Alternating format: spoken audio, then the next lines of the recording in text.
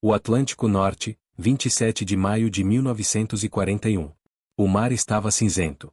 O vento cortava como lâmina. E, em meio à fumaça e às explosões, o orgulho da Kriegsmarine alemã inclinava-se lentamente para bombordo. O Bismarck havia sido atingido repetidamente por couraçados e cruzadores britânicos. Após dias de perseguição implacável, a maior máquina de guerra da Alemanha no mar estava condenada. Mas esta não é apenas a história do afundamento. É a história do que aconteceu depois. Quando o casco gigantesco finalmente desapareceu sob as águas do Atlântico, por volta das 10h40 da manhã, centenas de homens foram lançados em um dos ambientes mais hostis do planeta. Não havia terra à vista. Não havia abrigo. Apenas água gelada, destroços flutuando e o som distante de navios inimigos ainda na área. Mais de 2.200 homens estavam a bordo do Bismarck quando ele partiu para sua missão final. Apenas 114 sobreviveriam. E para muitos deles, o verdadeiro teste começou depois que o navio desapareceu. Nos minutos que antecederam o afundamento, a situação a bordo já era desesperadora.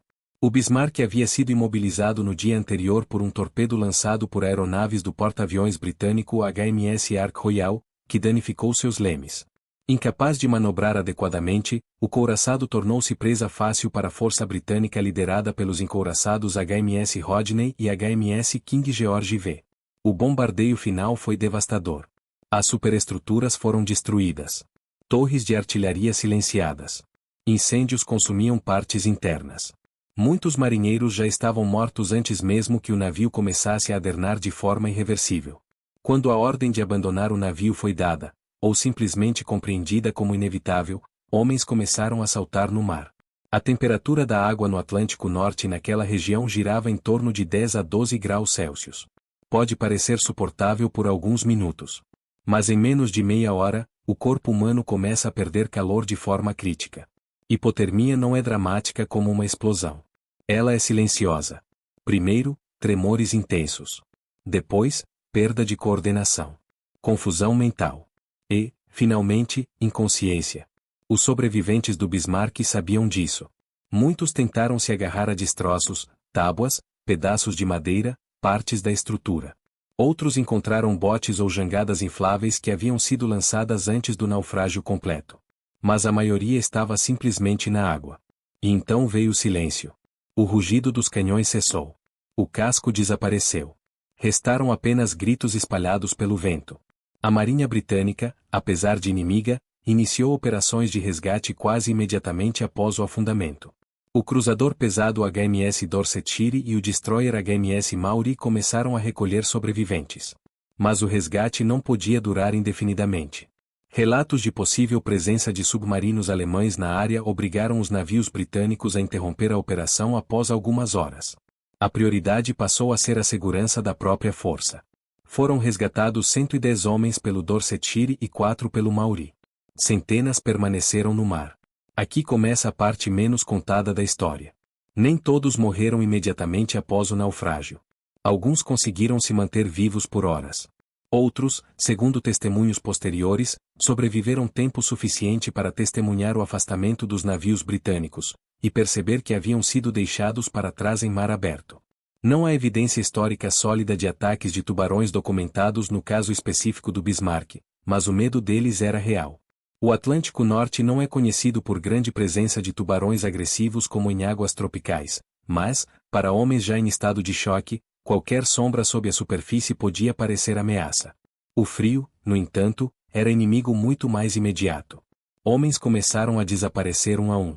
Alguns simplesmente soltavam os destroços aos quais estavam agarrados.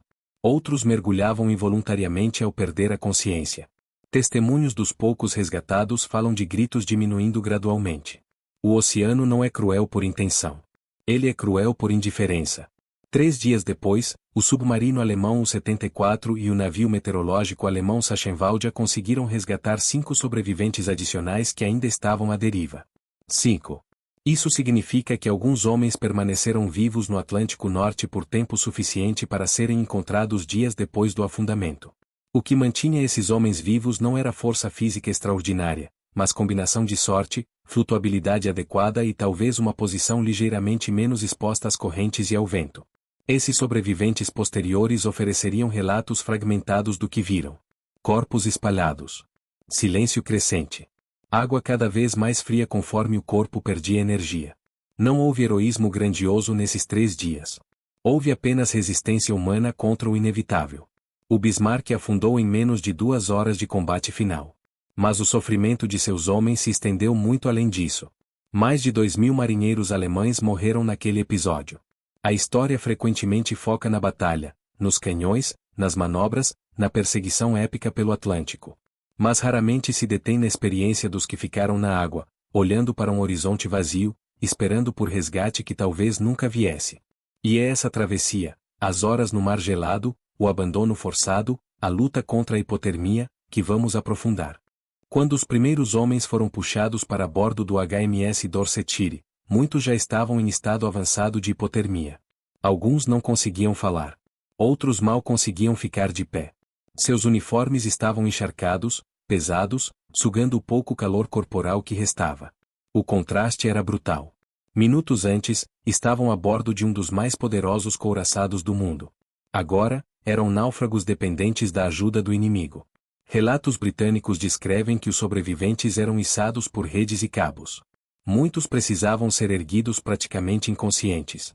Médicos e marinheiros ingleses trabalharam rapidamente para aquecê-los, removendo roupas molhadas, envolvendo-os em cobertores, oferecendo bebidas quentes. Mas o resgate foi abruptamente interrompido. Sinais de sonar e relatos de possível presença de submarinos alemães forçaram o comandante do Dorsetshire a tomar uma decisão difícil: abandonar a área.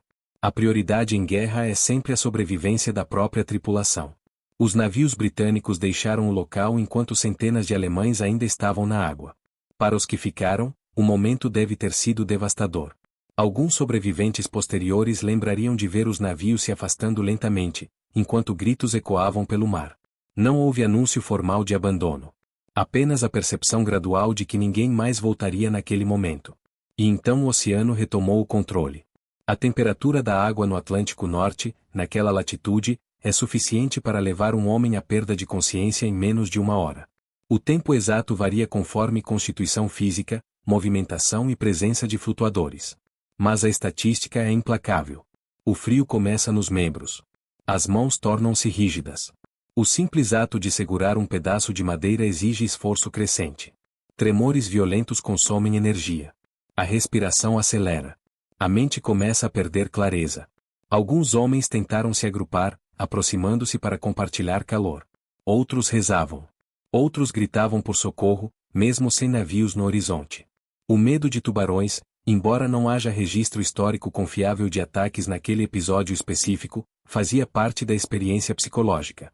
O Atlântico Norte não é ambiente típico de grandes ataques de tubarões como águas tropicais, mas, para homens exaustos e em choque, qualquer sombra sob a superfície parecia ameaça.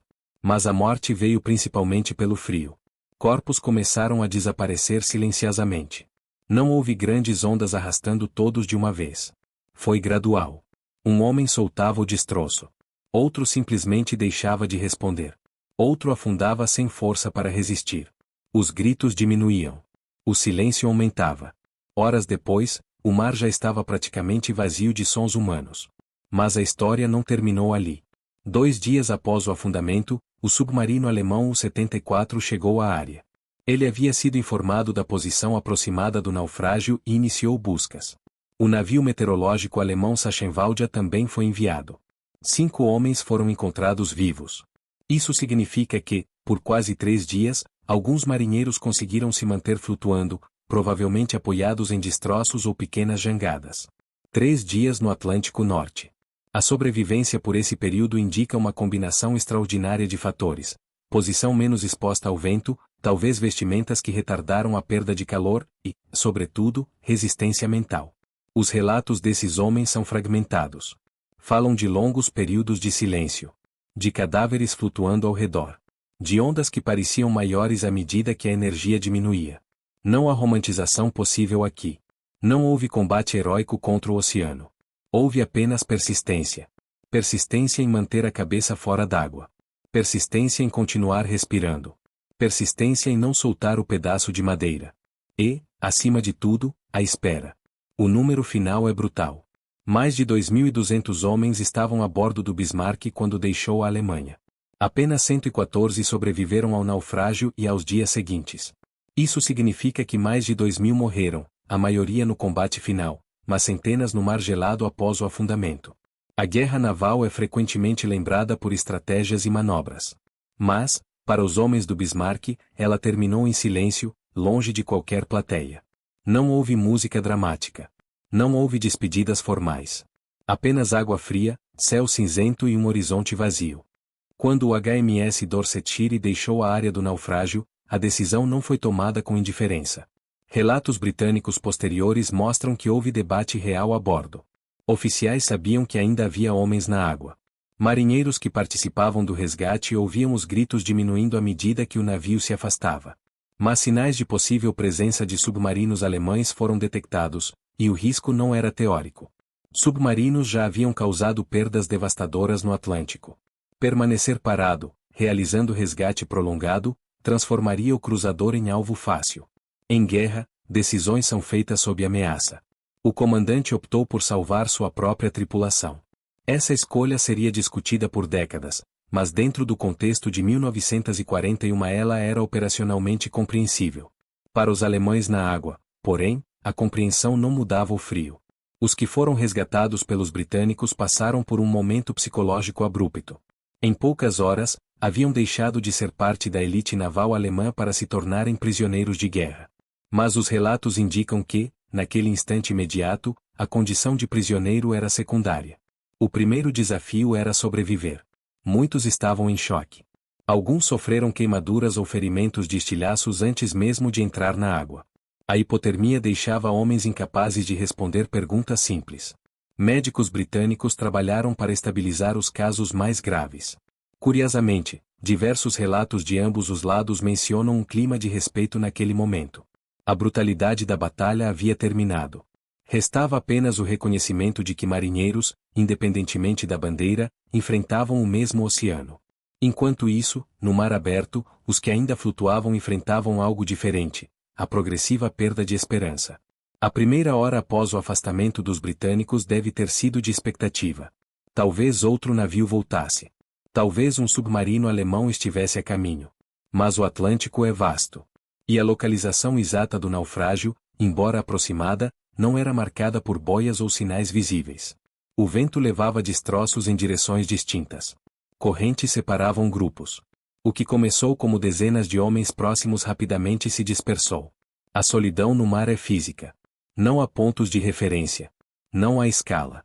O horizonte parece idêntico em todas as direções. E o frio continua trabalhando. Testemunhos dos 5 homens resgatados posteriormente pelo U-74 indicam que muitos ao redor simplesmente deixaram de responder durante a noite. A queda de temperatura após o pôr do sol intensifica o processo de hipotermia. Sem movimento constante, que por sua vez consome energia, o corpo entra em falência térmica mais rapidamente. Alguns homens provavelmente morreram ainda conscientes. Outros perderam a consciência gradualmente. O mar não deixa marcas visíveis de violência nesse tipo de morte. Ele apenas engole. A presença de tubarões, frequentemente mencionada em narrativas populares sobre náufragos da Segunda Guerra, não aparece confirmada em relatos históricos específicos do Bismarck. O Atlântico Norte, especialmente naquela região, não é habitat comum de grandes concentrações de tubarões predadores como em águas tropicais. Mas o medo era real. Homens exaustos, cercados por corpos flutuando, qualquer sombra sob a água parecia ameaça iminente. O medo pode consumir tanta energia quanto o frio. E energia era o recurso mais escasso. 3 dias no oceano não são 3 dias de luta ativa. São 3 dias de espera. Espera por som de motor. Espera por silhueta no horizonte. Espera por qualquer sinal de que o mundo ainda existe além da água cinzenta. Quando o U-74 finalmente encontrou sobreviventes, a cena era desoladora. Apenas 5 homens vivos, agarrados a restos ou pequenas plataformas improvisadas. Não eram heróis épicos naquele momento.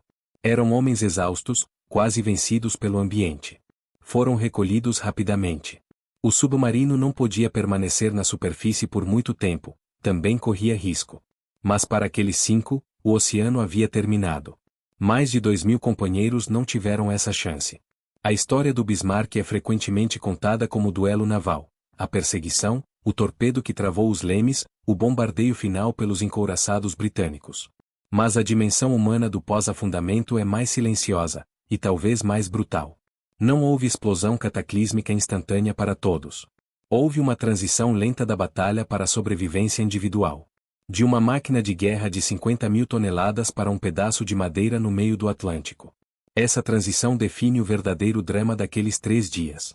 Quando os 110 sobreviventes foram levados a bordo do HMS Dorsetshire e os 4 recolhidos pelo HMS Maury, o choque físico começou a dar lugar a algo mais profundo, o choque psicológico. Em poucas horas, eles haviam visto o navio mais poderoso da Alemanha afundar. Tinham assistido companheiros desaparecerem no mar. Tinham ouvido os gritos diminuírem até restar apenas o som do vento. E agora estavam vivos, enquanto milhares não estavam. A sobrevivência, nessas circunstâncias, carrega peso. Relatos posteriores de alguns desses homens mostram uma mistura de alívio e culpa. Alívio por terem sido puxados da água. Culpa por saberem que tantos outros ficaram para trás. A memória mais recorrente nos depoimentos não é da batalha em si, mas do mar após o afundamento. O silêncio. A imagem de corpos flutuando. A sensação de impotência. Para os britânicos, o episódio também deixou marcas. Marinheiros que participaram do resgate relataram mais tarde que abandonar a área foi uma das decisões mais difíceis daquela campanha. Eles sabiam que havia homens vivos na água. Mas também sabiam que submarinos alemães operavam intensamente naquela região do Atlântico. A ameaça era real. Em 1941, os U-boats já haviam afundado centenas de navios mercantes e militares. Permanecer parado, com redes lançadas e homens concentrados no convés, tornaria o cruzador vulnerável. Ainda assim, o afastamento foi doloroso. Há relatos britânicos descrevendo alemães na água erguendo braços, tentando chamar atenção enquanto o Dorsetshire acelerava. Não houve intenção deliberada de abandono cruel. Houve cálculo militar em ambiente hostil. Mas para quem estava no mar, a distinção pouco importava. Os 5 homens resgatados dias depois pelo submarino U-74 representam talvez o aspecto mais extremo dessa história. Sobreviver por quase 3 dias no Atlântico Norte é algo raríssimo. Isso sugere que estavam apoiados em destroços com flutuabilidade suficiente para manter grande parte do corpo fora da água, reduzindo a perda térmica. Ainda assim, é quase certo que sofreram hipotermia severa. Eles testemunharam a morte gradual de outros ao redor. O frio não é espetacular. Ele não explode. Ele apaga. Primeiro, a fala se torna arrastada. Depois, a mente confunde realidade e delírio. Alguns sobreviventes de naufrágios em águas frias relatam sensação paradoxal de calor pouco antes da inconsciência, fenômeno conhecido em casos de hipotermia avançada. Não há detalhes exatos sobre esse estágio no caso específico dos homens do Bismarck.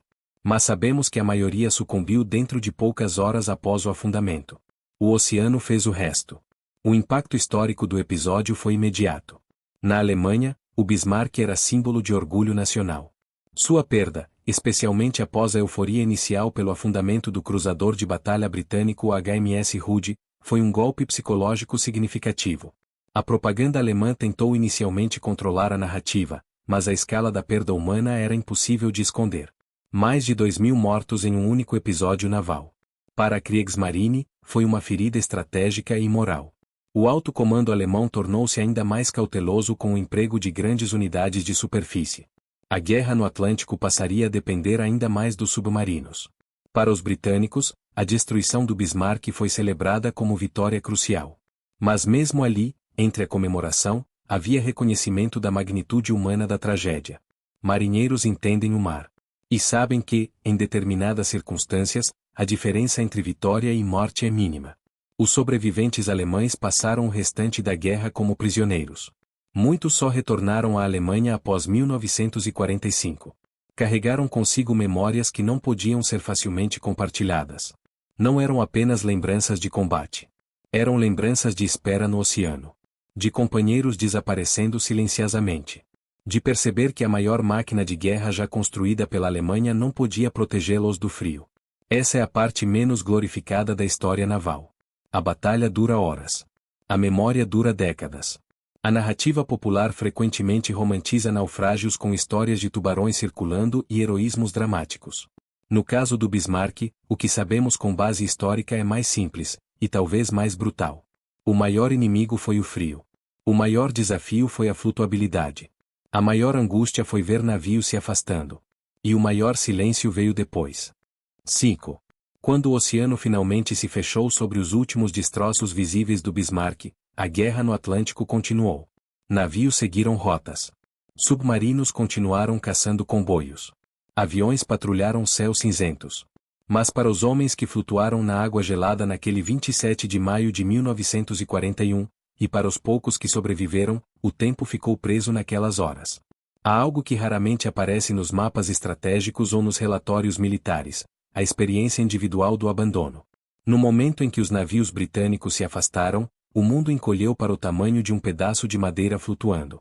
A guerra, que até então era uma sequência de ordens, tiros e explosões, transformou-se em algo primitivo: manter a cabeça fora d'água. Não havia mais hierarquia.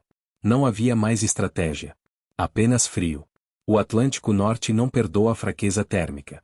Mesmo homens jovens e fisicamente preparados sucumbem rapidamente quando imersos por longos períodos. A água conduz calor corporal cerca de 25 vezes mais rápido que o ar na mesma temperatura.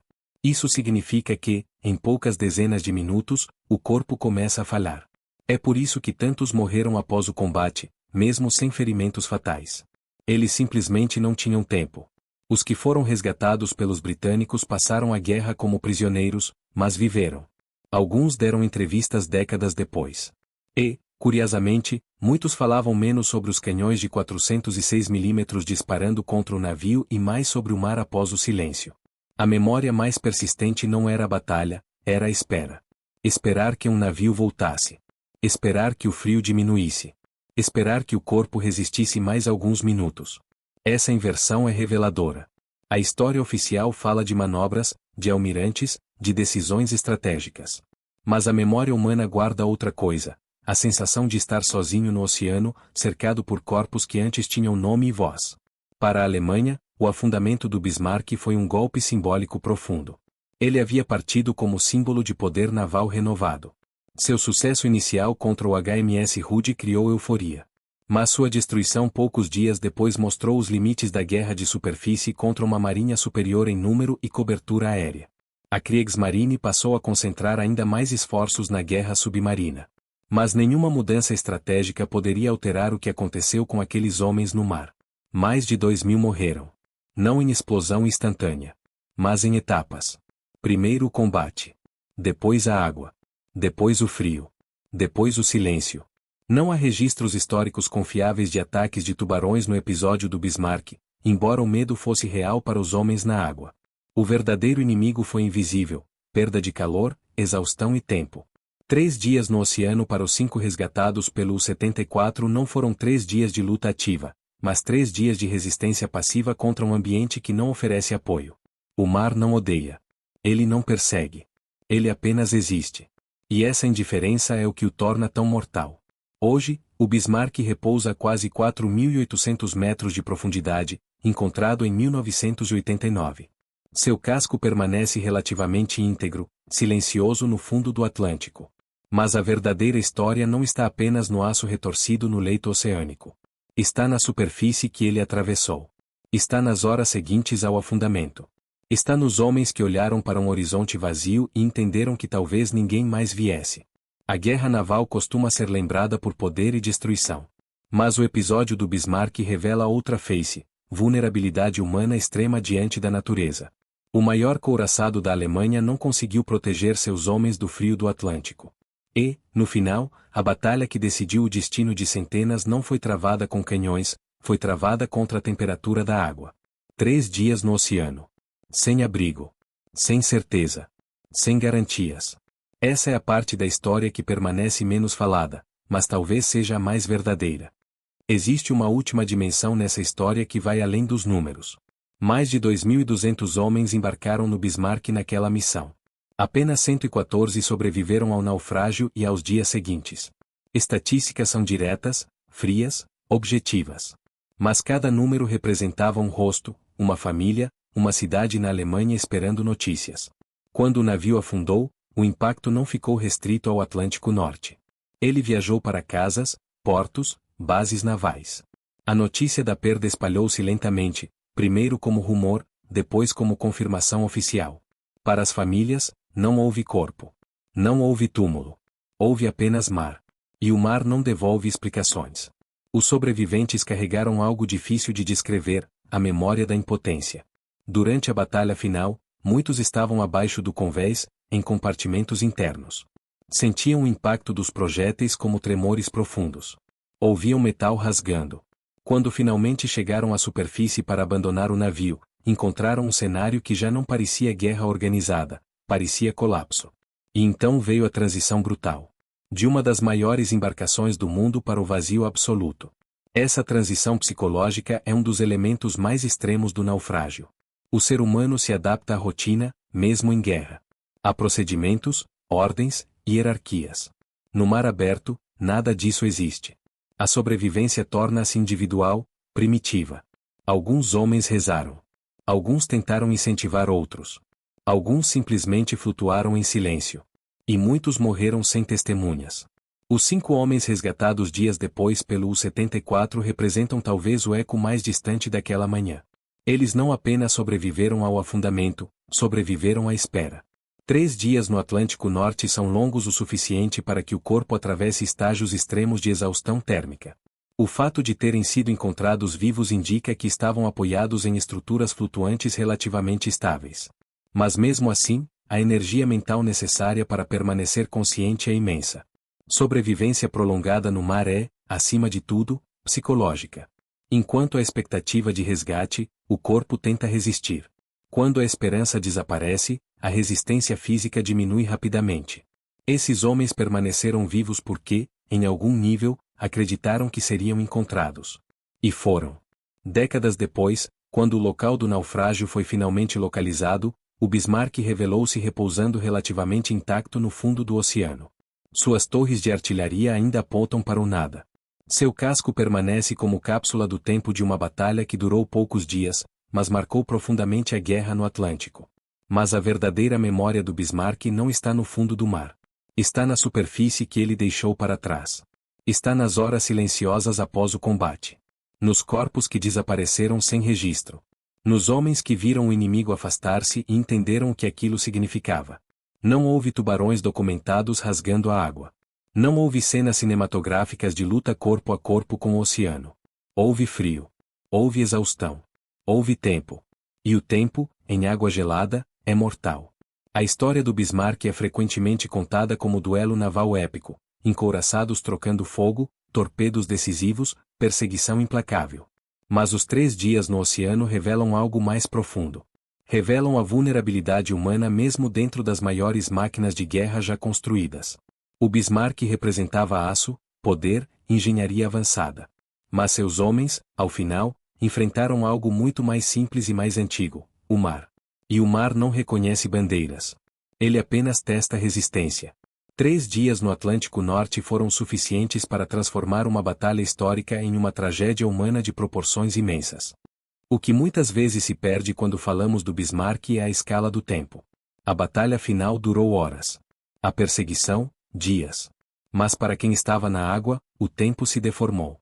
Relatos de sobreviventes indicam que, após o afastamento dos navios britânicos, as horas pareciam intermináveis. O sol ainda estava alto quando o couraçado afundou. Isso significa que muitos homens enfrentaram não apenas o frio imediato, mas também a longa transição entre o dia e a noite. E a noite no Atlântico Norte muda tudo. A visibilidade desaparece. O vento parece mais forte. A sensação térmica despeca. Para quem já estava com a temperatura corporal em queda, a chegada da escuridão acelerou o inevitável. Não havia como saber onde estavam uns aos outros. Gritos que ainda eram audíveis durante o dia tornaram-se raros. A escuridão impôs isolamento absoluto. A hipotermia não mata com violência súbita. Ela reduz o corpo, lentamente. Os músculos deixam de responder. A fala se torna incoerente. O julgamento se altera. Alguns sobreviventes de outros naufrágios em águas frias relataram a chamada confusão paradoxal, quando a mente começa a aceitar o frio como inevitável e o instinto de luta enfraquece. Embora não haja registros clínicos detalhados sobre cada homem do Bismarck na água, o padrão fisiológico é conhecido. O oceano não precisava fazer mais nada. Bastava esperar. Outro fator raramente discutido é a exaustão prévia. Muitos tripulantes do Bismarck já estavam fisicamente esgotados antes mesmo de entrar na água. A batalha final foi intensa. O navio estava sob bombardeio pesado. Incêndios internos exigiam movimentação constante. Fumaça, calor e estresse psicológico drenaram energia. Quando esses homens saltaram para o mar, não estavam em condição física ideal. Estavam cansados, alguns feridos, muitos desidratados. O frio encontrou corpos já enfraquecidos.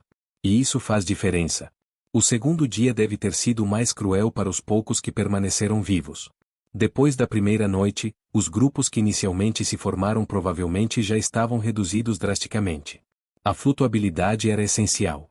Qualquer homem que tivesse conseguido alcançar uma jangada inflável ou uma plataforma relativamente estável aumentava significativamente suas chances. Mas a maioria estava dependente de pedaços de madeira ou simplesmente da própria resistência. A sede começa a aparecer rapidamente em náufragos, mesmo cercados por água.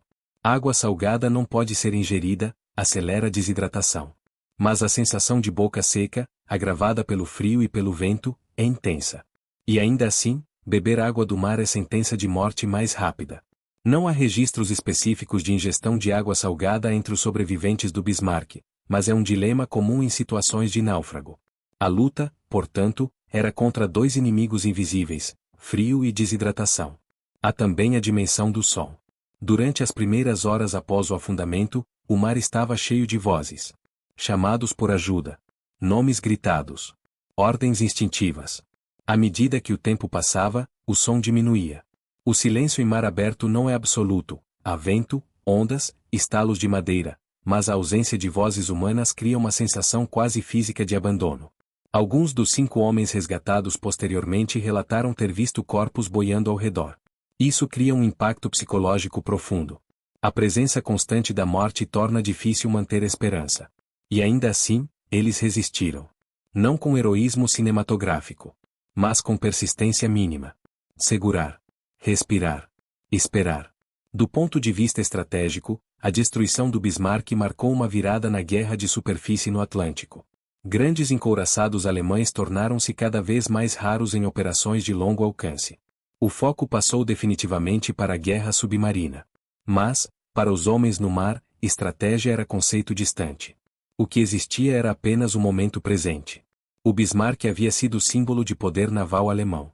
Sua perda demonstrou que, mesmo as maiores máquinas de guerra, são vulneráveis quando isoladas, perseguidas e privadas de mobilidade. Mas o que a história raramente enfatiza é que, após o colapso da estrutura de aço, restaram apenas homens.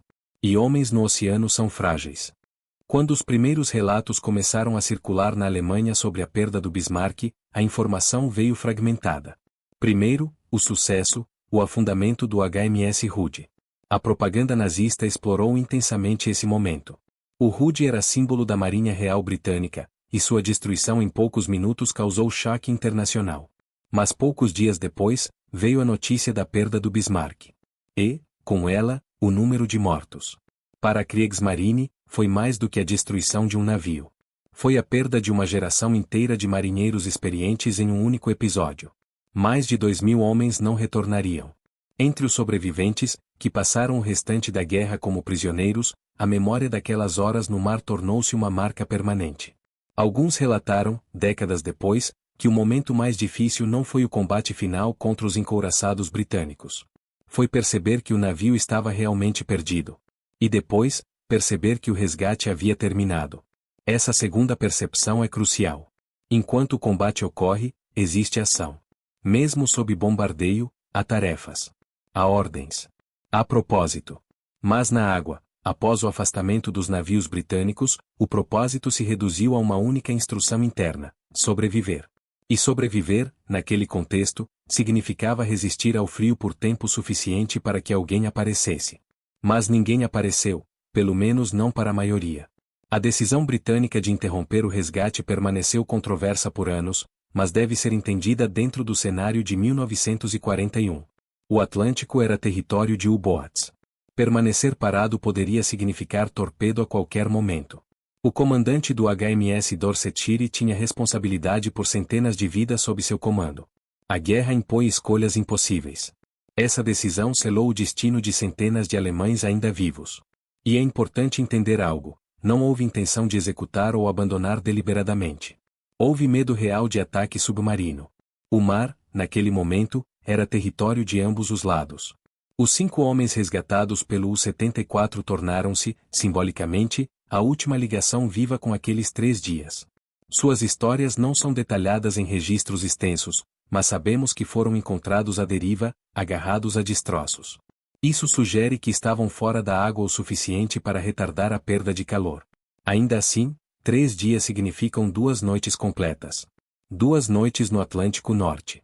Sem abrigo. Sem alimento. Sem garantia. É difícil compreender essa escala sem imaginar o tempo passando em câmera lenta. O sol nascendo novamente, iluminando um mar que agora estava quase vazio de vozes. No segundo ou terceiro dia, o número de corpos flutuando devia ser muito menor, não porque haviam sido recolhidos, mas porque haviam afundado. O oceano guarda silêncio rápido. O impacto psicológico da perda do Bismarck dentro da Alemanha foi profundo.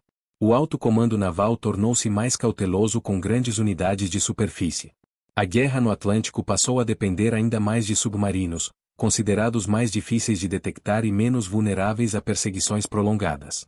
Mas essa mudança estratégica não alterava a memória daqueles homens.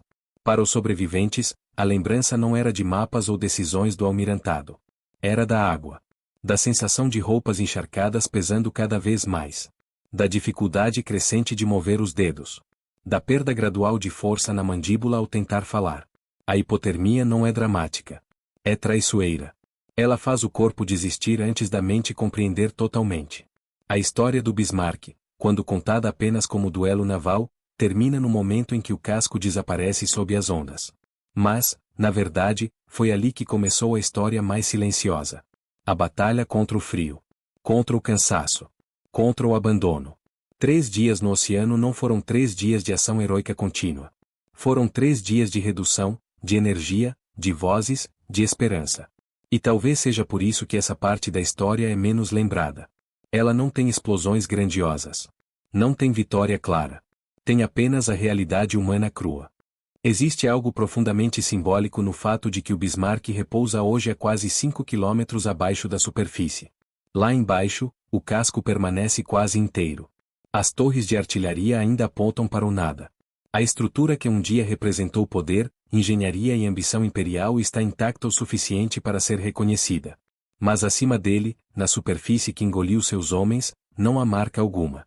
O oceano não guarda cicatrizes visíveis. E é isso que torna aqueles 3 dias tão difíceis de compreender. Quando falamos do Bismarck, pensamos em perseguição, torpedos, encouraçados britânicos disparando a curta distância. Pensamos no impacto psicológico do afundamento do HMS Hood, na resposta implacável da Marinha Real, na caça que cruzou o Atlântico. Mas para centenas de homens, a guerra terminou não com explosão, e sim com espera. A espera é o elemento mais cruel dessa história. Esperar que um navio retorne. Esperar que o corpo resista mais alguns minutos. Esperar que o horizonte mude. E o horizonte não mudou. A memória do Bismarck na Alemanha do pós-guerra tornou-se complexa. Durante o regime nazista, ele foi exaltado como símbolo de poder nacional. Após 1945, sua história precisou ser reinterpretada em um país que confrontava seu passado. O navio deixou de ser apenas ícone militar. Tornou-se também símbolo de perda. E os 3 dias no oceano passaram a representar algo mais universal do que ideologia: a fragilidade humana diante da natureza. Porque, no fim, não foi apenas a Marinha Real que derrotou o Bismarck. Foi o Atlântico. O frio que não negocia. A água que não distingue uniformes. O tempo que não oferece prorrogação. Os sobreviventes carregaram essa verdade consigo pelo resto da vida. Alguns relataram que, mesmo décadas depois, o som do vento forte ou o cheiro de sal traziam lembranças imediatas. Não da artilharia pesada, mas da água. Há algo profundamente transformador em sobreviver quando tantos não sobreviveram. A pergunta que acompanha sobreviventes de tragédias desse tipo não é apenas como consegui. É porque eu? E essa pergunta não tem resposta fácil. Também é importante notar o contraste. O Bismarck foi projetado para resistir a impactos de projéteis de 406 mm. Seu cinturão blindado era espesso. Suas torres eram protegidas por aço maciço.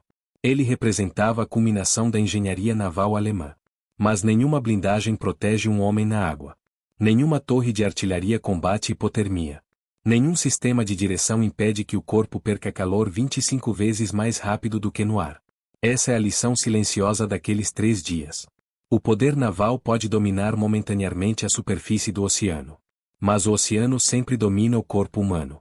Mais de 2.000 homens morreram naquele episódio.